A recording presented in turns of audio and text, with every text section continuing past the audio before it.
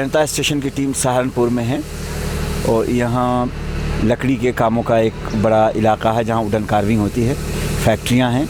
ऐसी ही एक फैक्ट्री में हम लोग बैठे हैं और यहाँ हमारे साथी लोग हैं यहीं के मुकामी, वो हमें बताएंगे यहाँ की सामाजिक ढांचे के बारे में, बिज़नेस के बारे में, और थोड़ा बहुत अगर वो करना चाहें, इलेक्शन का माहौल है तो उस पर भी बात हम लोग करेंगे। आप अपना परिचय दें और बताएं क्या करते हैं। मेरा नाम कादिर है और मैं जो है लकड़ी का काम करता हूँ, एक्सपोर्ट भी करता हूँ मैं अल्हम्दुलिल्लाह। जी जी। पूरा नाम आपका कादिर है? अब्दुल कादिर है। हाँ, इसलिए कि कादिर तो इस्लाम के हिसाब से खुदा है। जी जी जी। और जो अब्द होता है वो गुलाम होता है, जो खुदा का बंदा होता है वो उसका नाम अब्दुल कादिर होता है। जी जी जी जी। चलिए साहब, हमें पड़ोसी मुल्क के एक बड़े गेंदबाज की याद आई जिन्होंने बड़ी तारीख बनाई थी, आप ही के हम नाम थे। जी जी जी, दोस्त वोस्त थे आपके? जी जानता हूँ मैं उनको। उनको जानते हैं? मेरे डेट ऑफ बर्थ से भी पहले शायद वो जो है जब थे टीम के अंदर। हाँ जी, मेरा बॉर्न जो है 92 का है, तो खैर मैंने तो उनको देखा नहीं खेलते हुए। अच्छा जी, अब तो यूट्यूब पे अवेलेबल है। जी जी जी, वहीं से ही, वहीं से अल्लामा गूगल साहब जो हैं सब बता देते हैं अल्हम्दुलिल्लाह। अच्छा जी। ये बात, क्या करते क्या हैं? मैं लकड़ी का काम करता हूँ जी। अच्छा। और एक्सपोर्ट कर रहा हूँ अल्हम्दुलिल्लाह काफ़ी सालों से। पहले फैमिली बिजनेस है मेरा, पहले मेरे घर वाले इन्वॉल्व थे इसमें, फिर मैंने पढ़ाई पूरी करने के बाद फिर मैं आ गया था। अच्छा, पढ़ाई क्या किया? मैंने BBA किया है। BBA कहाँ से? मैंने BBA किया है देहरादून से, उत्तरांचल यूनिवर्सिटी से। अच्छा जी। तो क्या आप जैसे अब नई पीढ़ी आ रही है इस बिज़नेस में जी, आपका ये जो बिज़नेस है कितने सालों पुराना होगा? ये ऑलमोस्ट होगा ये 50 साल के करीब, 50 साल से हम ये काम कर रहे हैं। और आपने कब ज्वाइन किया है बिज़नेस? मैंने अभी रिसेंट में ज्वाइन किया है, लगभग 3 से 4 साल हुए हैं। तो अब ये जो समझिए एक नई पीढ़ी है आप अपने इसमें। जी जी। तो अब नई पीढ़ी के सामने और पुरानी पीढ़ी का जो दौर था उसमें क्या फ़र्क है? पुरानी अब जैसे माशाल्लाह से टेक्नोलॉजी ज़्यादा बढ़ गई हैं अब, तो पहले इन चीज़ों में पहले फैक्स वगैरह होते थे, अब ये है आपको बिल्कुल रिसेंट में ही हैंड टू हैंड जवाब मिल जाते हैं। तो टेक्नोलॉजी के हिसाब से ये काम में जो है और ज़्यादा इजाफा हो गया है और लोग अल्हम्दुलिल्लाह ये काम कर रहे हैं, क्योंकि ज़्यादातर लोग यहाँ पर इलिटरेट ही हैं यहाँ पर लोग ज़्यादा। तो अभी अल्हम्दुलिल्लाह ये है, लोग बाग व्हाट्सएप वगैरह के जरिए से इंटरनेट के थ्रू अपना एक्सपोर्ट कर रहे हैं। पहले ये चीज़ पॉसिबल नहीं थी। अच्छा। पहले तो अगर फैक्स करना है तो आपको दूसरी जगह जाना पड़ता था, लेकिन अल्हम्दुलिल्लाह मेरे यहाँ पहले ही आ गया था। जब लॉन्चिंग हुई थी तो आ चुका था मेरे यहाँ। तो अब ये टेक्नोलॉजीज़ में ये फ़र्क हो गया है। जवाब बस यही है कि तो इसमें क्या यहाँ का जो इंडस्ट्री का माहौल है जी, वो पहले जैसा ही है या उसमें और सुविधाएं बढ़ी हैं? नहीं, सुविधाएं बढ़ गई हैं। पहले से बहुत ज़्यादा सुविधाएं बढ़ी गई हैं। सरकार का क्या रोल रहता है? सरकार का रोल तो कुछ नहीं है, हमें से कोई फ़र्क नहीं पड़ता, चाहे कोई सी भी सरकार आए। अच्छा जी, हमें हमारे एक्सपोर्ट पे कोई फ़र्क नहीं पड़ता।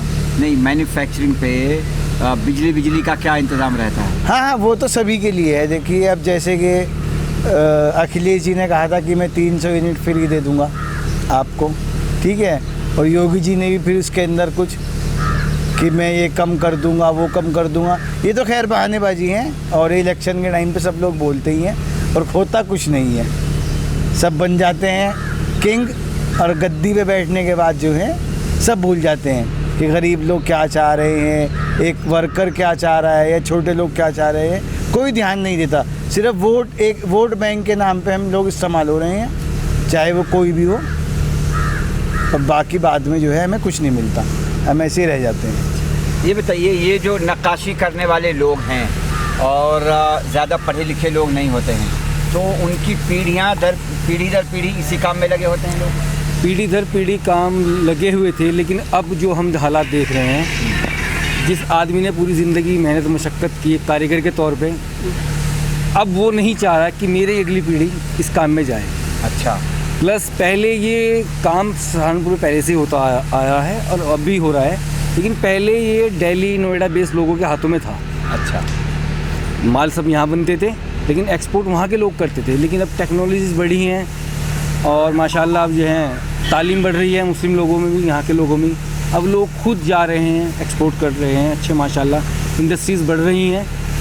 टेक्नोलॉजी की वजह से इंडस्ट्रीज बढ़ रही है, लोग अब खुद करना चाह रहे हैं, खुद कर रहे हैं। तो लेबर क्लास का तो ये बात है कि जिसने पूरी ज़िंदगी दिक्कत परेशानी झेली हैं, वो नहीं चाह रहा है कि मेरी औलाद इसमें जाए। अच्छा, अभी लेबर की दिक्कत है, मतलब इसीलिए मशीनरीज बढ़ रही हैं अब। अच्छा, और आर्टिस्ट घट रहे हैं। अच्छा, आर्टिस्ट घट रहे हैं। तो क्या ऐसा भी होगा कि एक दिन आर्टिसंस बिल्कुल 5% रह जाएंगे और मशीनें रिप्लेस हो जाएंगी? जी, कभी कभी ये लगता है, डर लगता है ये कि कहीं ये आर्ट खत्म ना हो जाए सहारनपुर से।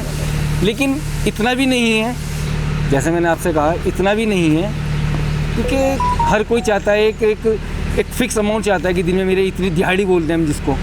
अगर किसी को मिल रहा है वो कर रहा है, अपनी पीढ़ी को ला रहा है। जहाँ कहीं कुछ जगह दिक्कतें हैं तो वो नहीं चाह रहा है कि मैं करूँ, वो किसी भी काम में भले ही वो इसको छोड़ के करेगा लेबर क्लास काम ही। ये तो है नहीं कि वो इंडस्ट्री खोल के बैठेगा, लेकिन वो कोई और सेक्टर पकड़ रहा है, लकड़ी नहीं कर रहा है। जैसे हमारे यहाँ आजकल हौजरी लाइन बहुत पॉपुलर हो रही है, बेशतर लोग हौजरी लाइन में इन्वॉल्व होते जा रहे हैं। अच्छा, इस तरह पहले घर घर में लकड़ी का काम होता था, अब इसी तरह इसी रेशो में हौजरी का काम बहुत ज़्यादा बढ़ता जा रहा है, मतलब बढ़ रहा है एकदम। उसी तरीके से लोग बाकी जो अगली जनरेशन है वो कपड़े के काम में घुस रही है। अच्छा, आप ये बताएं आपका क्या नाम है? मोहम्मद साजिद। मोहम्मद साजिद साहब, तो आप लोग खुद भी अपने हाथ से कुछ काम करते हैं लकड़ी का? A to Z सब जानते हैं जी। कोई भी अच्छा। काम लकड़ी का आ जाए, अगर कोई कारीगर नहीं अवेलेबल है और हमें सैंपल एट ए टाइम भेजने हैं हाँ। तो हम खुद करते हैं। और कितने साल से हैं इस फील्ड में? मुझे 17 साल हो गए, पापा के साल लगे, वैसे 50 साल से हमारा काम है। 17 साल हो गए मुझे। अच्छा, तो आपका क्या तजर्बा है इस काम में? आगे बढ़ रही है इंडस्ट्री या पीछे आ रहा है? 5 साल से तो पीछे आ रहा है। अच्छा जी, कैसे, क्या कारण? यूं जो हमारे साथ जुड़े हुए लोग हैं, एक तो वहाँ से पेमेंट नहीं ठीक आती। अच्छा, पेमेंट अगर टाइम पे आ जाए तो काम रेगुलरली चले, हम भी आगे देने वाले बने और हम भी पीछे से काम चले। एक सबसे बड़ा पॉइंट तो ये है। उसके बाद GST स्लैब है, GST में अगर हमने टाइम पे जमा ना करी, पेनल्टी हमें भरनी पड़ेगी। और कितने सामने वाला % है GST? हमारे पास 12 है, 18 है। अच्छा, दो ये आपको स्लैब। लगता है कम है या ज़्यादा है या ठीक है? वो तो ठीक है, अगर टाइम पे हमें पेमेंट मिल जाए तो हम सारे काम शेड्यूल से सही करें। अच्छा, डेली इसमें बेस जैसे लोग होते हैं। मुरादाबाद की इंडस्ट्री है जी, तो वो वहाँ ब्रास का काम था, वो काम लोग ये कहते हैं कि वो काम पिट गया है या वहाँ मुरादाबाद बहुत पीछे आ गया है? नहीं ऐसा कुछ नहीं है। एक तो थोड़ा सा रेट कम हो गए, अच्छा, रेटों के चक्कर में लेबर बढ़ गई और पेमेंट शेड्यूल हमारी इंडस्ट्री में थोड़ा सही नहीं है। अच्छा, जैसे अब ये लेबर है, ये लोग काम करते हैं, उनके हेल्थ के लिए भी कोई गवर्नमेंट की भी स्कीम है? हाँ, गवर्नमेंट की स्कीम है जी, हेल्थ की। क्या है स्कीम? गवर्नमेंट ने लेबर डिपार्टमेंट ने सबको वो बनवाया, इंश्योरेंस करवाए हैं सबके। अच्छा, तो उसमें जैसे आप लोग इंडस्ट्री चलाते हैं जी, तो आप लोगों का भी उसमें कुछ हिस्सा रहता है, कंट्रीब्यूशन रहता है या डायरेक्ट गवर्नमेंट कुछ करती है? डायरेक्ट तो गवर्नमेंट कुछ नहीं करती, हमें ही करना पड़ता है उनका, जो वो भी देना पड़ता है। सब मोस्टली हम ही रहते हैं। अभी जैसे कोरोना काल चला, हाँ। कोरोना काल में मेरे यहाँ काम नहीं हुआ। अच्छा। मगर मैंने 3 महीने की अपनी पूरी लेबर की पेमेंट की, उनके घर तक भिजवाया मैंने। अच्छा, फंड्स भी भिजवा देते, राशन भी ये भेजना बताइए इसका कुछ पॉलिटिकल इम्पैक्ट भी पड़ता है इंडस्ट्री पे? मैं ज़्यादा पॉलिटिकल मैं हूँ नहीं, मुझे तो अपने काम से मतलब है। मैं तो अपने काम में रखता हूँ भाई, जो मेरे से जिसकी जो हेल्प हो सकती है वो मैं करता हूँ। नहीं, किसी सरकार के आने जाने से कोई फर्क नहीं? मैं इन कामों में ध्यान ही नहीं देता यार। सरकार के आने जाने से मुझे कोई नहीं होनी है, मगर थोड़ा सा ये है कि सरकार को भी थोड़ा ध्यान हर चीज़ में देना चाहिए, कहाँ इंसान को परेशानी आ रही, कहाँ क्या आ रहा। इस नहीं, इंडस्ट्री पे ये- पॉलिटिक्स का कोई इम्पैक्ट इसलिए नहीं पड़ता क्योंकि जो एक्सपोर्ट हो रहा है हाँ, गवर्नमेंट उस पर फैसिलिटीज़ ही देती है, हाँ। खींचती नहीं है। क्योंकि हम फॉरेन करेंसी लाएंगे तो गवर्नमेंट जो है वो मतलब फैसिलिटीज़ ही देती है, एक एक्सपोर्टर को, एक एक्सपोर्ट हाउस को फैसिलिटीज़ ही देती है। ये तो नीचे के बेस की बात है कि लेबर की बात हो गई, पेमेंट्स की बात हो गई है, वो है। बाकी एक्सपोर्ट को तो सरकार प्रमोट करती है, फैसिलिटी देती है। यहाँ लकड़ियाँ कहाँ से आती हैं? लकड़ी जो भी वन कटान होते हैं आसपास अच्छा। जंगलात से, उनके सरकार के ही अपने टेंडर छूटते हैं, वन कटान होते हैं, फिर यहाँ पर मंडी होती है, उसमें आते हैं। नहीं तो यहाँ सिर्फ यूपी की लकड़ी होती है या उत्तराखंड और दूसरी जगह? नहीं, कहीं से भी लकड़ी आती है। जो असल में बाहर कुछ भी लकड़ी मांग सकता है, ज़रूरी तो नहीं है कि सहारनपुर में या इसके आसपास इस स्टेट में हर किस्म की लकड़ी हो। हर लकड़ी का खास एरिया होता है, स्पेशलाइज। तो जो लकड़ी जहाँ की ज़रूरत पड़ती है हमें ऑर्डर के हिसाब से हम वहीं से कुछ को मंगाना पड़ता है। सहारनपुर की वुड कार्विंग इंडस्ट्री की क्या खास बात है? सहारनपुर की वुड कार्विंग की अभी भी यहाँ पर मैनुअल काम हो रहा है। आज भी हैंडीक्राफ्ट का मतलब हैंडीक्राफ्ट ही है। अच्छा। जैसे और बनस्पत मुरादाबाद हो गया, वहाँ पर मशीनरी ज़्यादा इस्तेमाल होने लगी है। सहारनपुर में आज भी काम अपने हैंडक्राफ्ट की वजह से। अच्छा। यहाँ यहाँ आर्टिस्ट कितने हज़ार या कितने लाख लोग लगे हुए हैं इस काम में अंदाज़? प्रॉक की कम से कम 1.5 से 2 लाख जुड़े हैं, आदमी जुड़े हुए होंगे इसमें। तो पहले आज से 30 साल 40 साल पहले जो थे उससे कम हुए हैं कि ज़्यादा हुए हैं? कारीगर के तौर पे बात करें तो शायद कम हुए हैं। अच्छा। और यूनिट्स के अगर हिसाब करें, कंपनीज़ की बात करें तो बढ़ी हैं। अच्छा, आपके यहाँ देखा मैंने कुछ फीमेल भी काम करती हैं। जी जी। महिलाएं भी काम करती हैं। तो अब जो उन महिलाओं के जो बच्चियां हैं, जी। कम एज की लड़कियां हैं, वो पढ़ाई करती हैं या काम पे लगती जी जी, पढ़ाई करती हैं। आज तालीम तो आज हर इंसान की ज़रूरत हो चुकी है। हाँ। इसमें कोई भी हो, लेबर क्लास हो, ये हो, सभी लोग करते हैं, चाहे वो कोई रिलीजन से जुड़ा हो। सबको इस चीज़ के, इस पावर का पता लग चुका है कि तालीम सबसे बड़ी पावर है, तो हर कोई करता है। तो यहाँ तो कोई बड़ी इंडस्ट्री, इसकी यूनिवर्सिटी वगैरह भी नहीं है? जी नहीं, अभी यूनिवर्सिटी अभी यूपी गवर्नमेंट ने शाकुंभरी यूनिवर्सिटी का इनॉग्रेशन हुआ है, लेकिन अभी तो कुछ बना अभी बनी नहीं है। अब स्टार्ट होने जा रहा है नेक्स्ट। उसमें बताया गया कि नहीं। तो यहाँ की बच्चियाँ कहाँ जाती हैं पढ़ने? हम तो यहाँ पर हमारे इसमें कई डिग्री कॉलेजेस हैं यहाँ पर। यूनिवर्सिटी कोई नहीं है, डिग्री कॉलेजेस कहीं पर हैं यहाँ पर सहारनपुर में, तो सब लोग हैं। कोई टेक्निकल कॉलेज वगैरह भी है? आसपास के इलाकों में है, शहर में तो कोई नहीं है। अच्छा, ये जो वुडन कार्विंग है, क्या इसको भी कहीं यूनिवर्सिटी में, कॉलेज में पढ़ाया जाता है?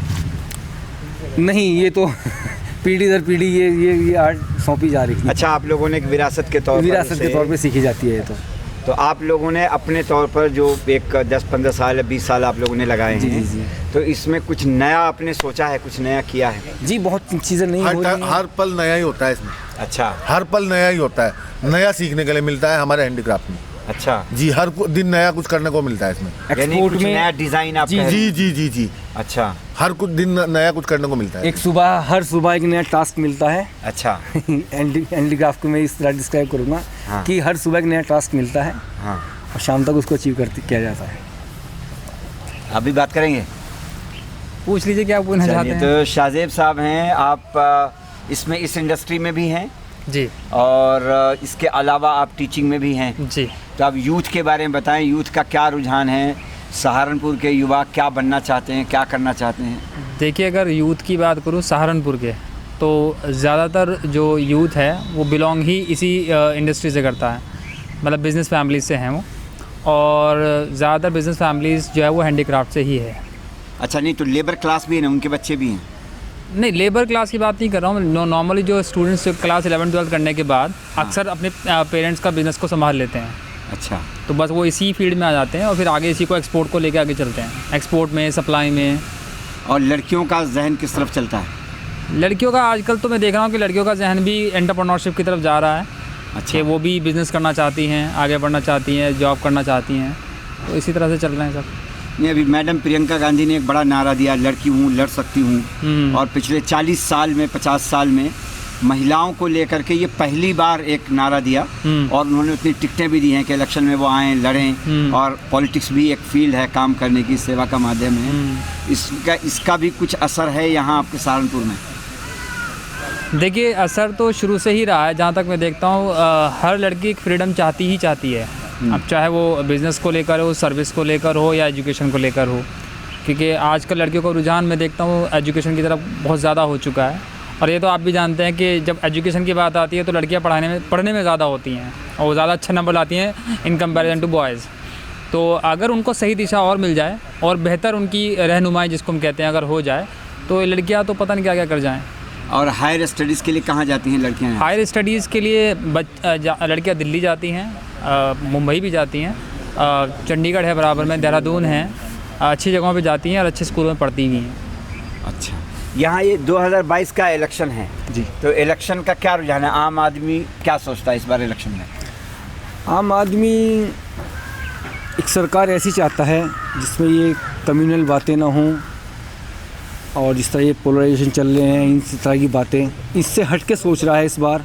और लग रहा है कि शायद बदलाव की तरफ है। अच्छा, तो बदलाव होगा तो क्या आम आदमी की ज़िंदगी में क्या फ़र्क होगा? आम आदमी की आदमी देखिए, हर कोई चाहता है कि एक सुकून हो। अभी जैसे हमारी कम्युनिटी है, लोगों के दिल में चाहे इतना कुछ ना हो लेकिन एक डर भाव बैठा हुआ है कि भाई मैं सफ़र ना करूं, रास्ते में साथ ये ना हो जाए, कहीं कुछ ना हो जाए, कहीं कुछ ना हो जाए। माहौल में कड़वाहट है, लोग बाग उस कड़वाहट को धुलाना चाह रहे हैं, एक बदलाव चाह रहे हैं। क्या बदलाव वोट के ज़रिए ही होगा? जी, बदलाव तो वोट के ज़रिए ही किया जा सकता है। तो परसेंटेज तो बहुत ज़्यादा यहाँ की सहारनपुर और वेस्टर्न यूपी की बहुत ज़्यादा परसेंटेज नहीं होती है। जी। 90% तक तो कभी पहुँची कभी नहीं पहुँची है। क्या रीज़न है इतना वोट डालने कम पहुँचते हैं लोग? ऐसा नहीं है, लेकिन हाँ एक रेशियो है, 70-80% हमारे यहाँ पोलिंग होती है। हाँ, हमेशा। तो वो 20% हालांकि रिकॉर्ड भी मैं हमारे वेस्ट यूपी से मुजफ्फरनगर के गांव में ही हुआ है। 95 प्लस हुआ था। जब उसको सुना है मैंने जहाँ तक कि डीएम साहब ने उसको कैंसिल करके रीपोल कराया तो वो 97 हो गया था। ओके, ये भी हमारे वेस्ट यूपी का ही रिकॉर्ड है, मुजफ्फरनगर के गांव का। आप क्या देखते हैं इसको, सहारनपुर ग्लोबल मानचित्र पर अपनी एक नक्काशी के लिए, हैंडीक्राफ्ट के लिए अपनी एक पहचान रखता है? बिल्कुल, बेशक। तो इस पहचान को भी कायम रखने के लिए कोई स्ट्रगल भी है? इस पहचान को स्ट्रगल तो कुछ नहीं है। हमारे यहाँ ये काम इतना वर्ल्ड वाइड फेमस है कि इसको स्ट्रगल तो नहीं कहा जा सकता, क्योंकि बायर्स अब इस कम्युनिकेशन जब सहूलत वाला हो चुका है, अब बायर्स बहुत अच्छी तरह कांटेक्ट में आ जाते हैं। पहले नहीं लोग बाग यहाँ तक पहुँच पाते थे, क्यों ना तो कोई दिल्ली से अगर एयरपोर्ट्स वगैरह मतलब फैसिलिटीज़ थी। अब हमारे यहाँ भी जल्दी एयरपोर्ट खुलने जा रहा है। दिल्ली भी अब बाहर रोड सहूलत होने की वजह से बाहर सुबह आता है, शाम के बाद विजिट रहती है, तो काम तो ये बढ़ ही रहा है। अच्छा, कोई ख़तरे की बात नहीं है, ना कोई सर्वाइव कर रहे हैं कि ऐसे बिल्कुल ही कि भाई सर्वाइव करना पड़ रहा है। काम अच्छा है। हाँ ये है कि जिन जगहों पे जैसा मुरादाबाद हुआ या जयपुर जोधपुर हुआ, जहाँ पर ज़्यादा फैसिलिटीज़ मिल रही है, काम डाइवर्ट हो रहा है। अच्छा, काम डाइवर्ट। लेकिन आज भी कुछ चीज़ें ऐसी है जो सिर्फ सहारनपुर में ही पॉसिबल्स हैं, जो ज़्यादा मतलब कहते कारीगरी वो सहारनपुर में मौजूद है। वहाँ लकड़ी के काम हो रहे हैं, कारीगरी के काम नहीं हो रहे हैं। कारीगरी का कोई भी आज भी कोई प्रोडक्ट की ज़रूरत होती है तो बाहर सहारनपुर का रुख करना पसंद करता है। आप लोग भी हैंडीक्राफ्ट का काम करते हैं? थोड़ा बहुत। तो आपके जो लोग आते हैं, हाँ, वो यहीं के लोकल लोग होते हैं, बाहर के भी लोग होते हैं? बाहर के भी होते हैं, बाहर के ही होते हैं अक्सर। लोकल में तो देखिए हर आदमी लगभग यही काम कर रहा है, तो लोकल में तो लगभग काम होता नहीं है। बाहर आपके जो बायर हैं वो बाहर के होंगे? जी, जो बनाने वाले, नक्काशी का काम करने वाले वो तो सब लोकल आइट्स हैं सारे। अच्छा, सब लोकल आइट्स हैं, क्योंकि ये नक्काशी तो आपको कहीं और मिलेगी भी नहीं चाहे। ये काम तो आपको पूरे हिंदुस्तान में घुमाइए आप, नहीं मिल पाएगा। कोई ऐसी भी जगह नक्काशी की हुई है जो हिस्टोरिकली उसकी बहुत इम्पोर्टेंस है? ऐसी कोई जगह जैसे मुग़लों के दौर में जो आर्ट था वो हमें दिखता है, लाल किले से लेकर ताजमहल और दूसरी जगहों पे संगमरमर और उसके पर काम करने वाले लोग, तो लकड़ी का इस तरह का कुछ काम वाम कहीं नेशनल इंटरनेशनल लेवल पे कुछ है जो आप लोगों की नॉलेज में हो, जिसका जिक्र किया जाए? हिस्टोरिकल तो मेरे ख्याल से मुझे याद नहीं, लेकिन हाँ अब चूँकि वर्ल्ड वाइड जा रहा है तो ऑब्वियस सी बात है कि ये एक नाम दे रहा है सहारनपुर को। और दुनिया के किस हिस्से में यहाँ के एक्सपोर्ट के लोग ज़्यादा भेजते हैं? दुनिया के तो बहुत सारे हिस्सों में जाता है। सबसे ज़्यादा एक्सपोर्ट जो होता है वो यूएस स्टेट्स होता है सबसे ज़्यादा। अच्छा, टोटल हैंडीक्राफ्ट का जितना में भी शायद 60 to 70% जो है सो स्टेट्स जाता है सब। United states, America? यूनिट्स, जी हाँ। अच्छा। इसके बाद मेजर मार्केट जो है वो यूरोप है और इधर ऑस्ट्रेलिया, न्यूजीलैंड। अच्छा, हाँ, ये दो कॉन्टिनेंट्स में काफ़ी एक्सपोर्ट है। लेकिन हाँ ये है कि सबसे ज़्यादा एक्सपोर्ट यूएस जाता है। हम लोग बात कर रहे थे यहाँ जुनैद भाई से और शाहजेब साहब से, हमें आबिद भाई, हाँ, आबिद भाई से और शाहजेब साहब से, और हमने जानने की कोशिश की यहाँ इंडस्ट्री की हालात और ये इंडस्ट्री आगे कैसे बढ़ सकती है, किस तरह के स्ट्रगल्स हैं, चैलेंजेस हैं, ये तमाम बातें हम लोगों ने रखी। उम्मीद है आपको ये एपिसोड पसंद आया होगा। आपका जनता स्टेशन देखने के लिए बहुत बहुत शुक्रिया। इसे सब्सक्राइब करें, शेयर करें।